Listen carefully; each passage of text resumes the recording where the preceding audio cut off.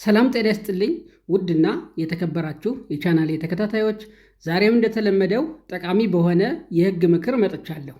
የዛሬ ርዕሰ ጉዳያችን ምን ይመስላል? እንግዲህ በፍርድ ቤት ክርክር ላለባችሁ በሙሉ ፍርድ ቤት ከመሄዳችሁ በፊት ማወቅ ያለባችሁ ወሳኝ ነጥቦችን እነግራችኋለሁ ማለት ነው። ከምስክሮቻችሁ ጋር እንዴት ኢንጌጅ ማድረግ እንዳለባችሁ በጣም ወሳኝ የሆነ የህግ ምክር ይዤላችሁ መጥቻለሁ። እንግዲህ ከሳሽም ሆነ ተከሳሽ ምስክር ለማሰማት፣ ከሳሽ ከሆነ ምስክሮችን ለማሰማት፣ ተከሳሽ ከሆነ ደግሞ የመከላከያ ምስክሮችን ለማሰማት ቀጠሮ በተያዘ ጊዜ ማድረግ ያለባችሁ ምንድን ነው? ከቀጠሮው ቀን ቢያንስ ከአንድ ቀን በፊት ምስክሮቻችሁን ማግኘት አለባችሁ ማለት ነው። ቢያንስ ከአንድ ቀን በፊት ምስክሮቻችሁን አግኝታችሁ መወያየት ያስፈልጋል ማለት ነው። የምትወያዩት እንግዲህ ምስክሮችን ለማስጠናት ወይም ሐሰት እንዲመሰክሩ ለማድረግ ሳይሆን እያንዳንዳቸው ምስክሮችን ምን እንደሚመሰክሩ ማወቅ ያስፈልጋል ማለት ነው። ስለዚህ ከሳሽም ሆነ ተከሳሽ የራሱ ምስክሮች እያንዳንዳቸው ምስክሮች ምን እንደሚመሰክሩ መለየት ያስፈልጋል ማለት ነው። ስለዚህ ሁሎችም ምስክሮች ምን እንደሚመሰክሩ እያንዳንዳቸው ከታወቀ በኋላ ምን መሆን አለበት? ምስክር በሚሰማበት ጊዜ የሚጠየቀው ጥያቄ መሆን አለበት የሚያውቁትን ብቻ መጠየቅ ማለት ነው። እንግዲህ መጀመሪያ ምስክሮች ምን እንደሚመሰክሩ እያንዳንዳቸው አውቀናል። ስለዚህ ምስክር ስናስመሰክር ማን ምን እንደሚመሰክር አውቀናል ማለት ነው። እንደዛ ከሆነ እያንዳንዳቸው ምስክሮች ስንጠይቃቸው የሚያውቁትን ብቻ እንጠይቃለን ማለት ነው። ስለዚህ የሚያውቁትን ብቻ ስንጠይቃቸው ምስክሮችን ብዥታ አይፈጠርባቸውም። ይህም ፍትሐዊ የሆነ ውሳኔ ለመስጠት ይጠቅማል ማለት ነው። ስለዚህ እኛም ስንጠይቅ ምን መሆን አለበት ማለት ነው? የሚያውቁትን ብቻ መጠየቅ አለብን ማለት ነው። ሌላው የማያውቁትን ሊጠየቁ ይችላሉ። መስቀለኛ ጥያቄ ግራ የሚያጋባ ወይም የማያውቁትን ሊጠየቁ ይችላሉ።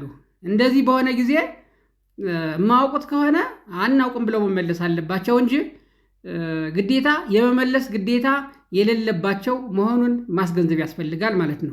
በችሎትም እኛም እየገጠመ ያለው ነገር ምንድን ነው? ለተጠየቁት ጥያቄ ሁሉ አላውቀውም ከማለት ይልቅ ሌላ ምላሽ መሰጠት ያለበት መስሎ የሚታያቸው ምስክሮች አሉ። ስለዚህ ይህን ለምስክሮች ማስገንዘብ ያስፈልጋል።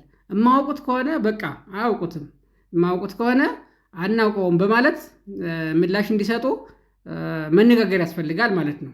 ስለዚህ ምስክሮች የሚያውቁትን ይመሰክራሉ፣ የማያውቁትን ደግሞ አይገደዱም። የሚያወዛግብ የማያውቁት ከሆነ አናውቀውም በማለት ምላሽ መስጠት የሚችሉ መሆኑን ማስረዳት ያስፈልጋል ማለት ነው። ከዛም በኋላ ምን መሆን አለበት?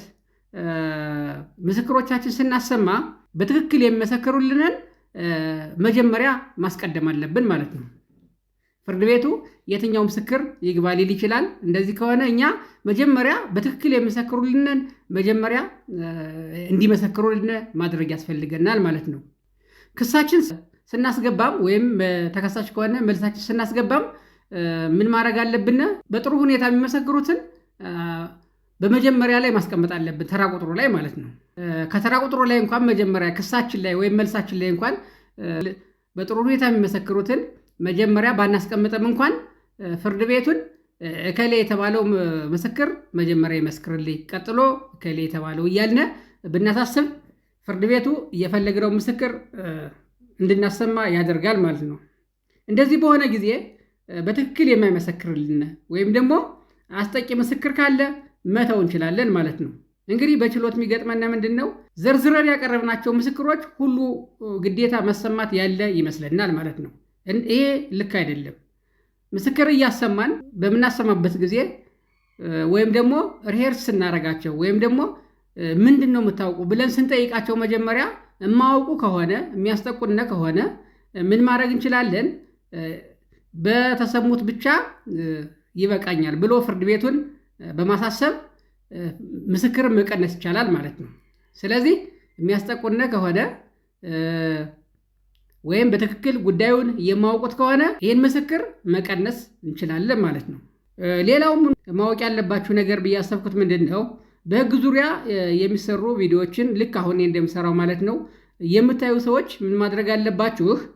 እነዚህ ቪዲዮዎች ያልተሻሩ መሆኑን ማረጋገጥ ያስፈልጋል ማለት ነው።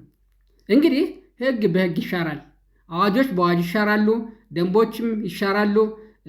ሰበር የሰጠው ውሳኔ ካለ እንዲሁ ሰበር ራሱ ውሳኔውን ሊሽረው ወይም ሊያሻሽለው ይችላል ማለት ነው። ስለዚህ እንደዚህ አይነት ቪዲዮዎች የምታዩ ሰዎች ምን መሆን አለበት? እነዚህ ህጎች ያየናቸው ወይም የሰማናቸው ህጎች ያልተሻሩ አሁን በስራ ላይ የሚሰሩ መሆኑን ማረጋገጥ ያስፈልጋል ማለት ነው። እነዚህ ህጎች ያልተሻሩ መሆኑን የምናረጋግጠው እንግዲህ በምንድን ነው? አንደኛ በቅርብ ጊዜ የተሰሩ ቪዲዮዎችን ማየት ይሻላል። ቪዲዮዎች ሲሰሩ በትክክል ነው የሚሰሩ፣ ግልጽ ነው።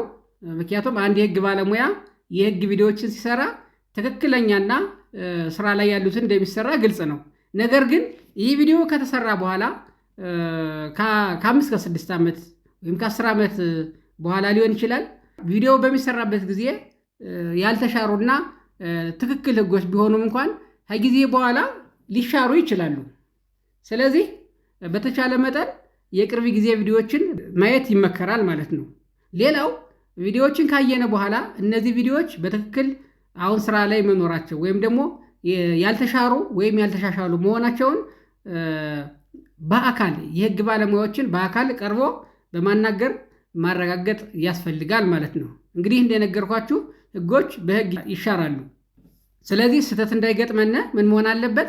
በተቻለ መጠን የቅርብ ጊዜ ቪዲዮዎችን ማየት፣ ሌላው ደግሞ ካየን በኋላ የህግ ባለሙያዎችን በአካል ቀርቦ በማናገር ማረጋገጥ አለብን ማለት ነው። እንግዲህ በእኔ በኩል ያሰብኩት ምንድን ነው? እኔ በምሰራቸው ቪዲዮዎች ላይ ህጎች ከተሻሩ ወይም ከተሻሻሉ አዲስ ቪዲዮ ለመስራት ነው ያሰብኩት ማለት ነው። ስለዚህ አሁን እኔ የሰራኋቸውን ቪዲዮዎች በአጠቃላይ ምንድን ነው ክትትል አደርግና እኔ አሁን የሰራኋቸው ቪዲዮዎች ላይ ህግ ተሻሽሎ ከሆነ ወይም ደግሞ ህግ ተሽሮ ከሆነ ይህን በማረም አዲስ ቪዲዮ የምሰራ ይሆናል ማለት ነው። በዚሁ አጋጣሚ እንግዲህ ሌሎች የህግ ባለሙያዎችም እንደዚህ የህግ ቪዲዮዎች የምሰሩ ህጎች ሲሻሩ ወይም ሲሻሻሉ ቪዲዮአቸውን በማየት አዲስ ቪዲዮ ብሰሩ መልካም ይመስለኛል። ውድና የተከበራችሁ የዚህ ቻናል ተከታታዮች ለዛሬ ያቀረብኩላችሁ የህግ ምክር እንግዲህ ይህን ይመስላል። በሌላ ቪዲዮ እስከምንገናኝ ሰላም ሁኑ።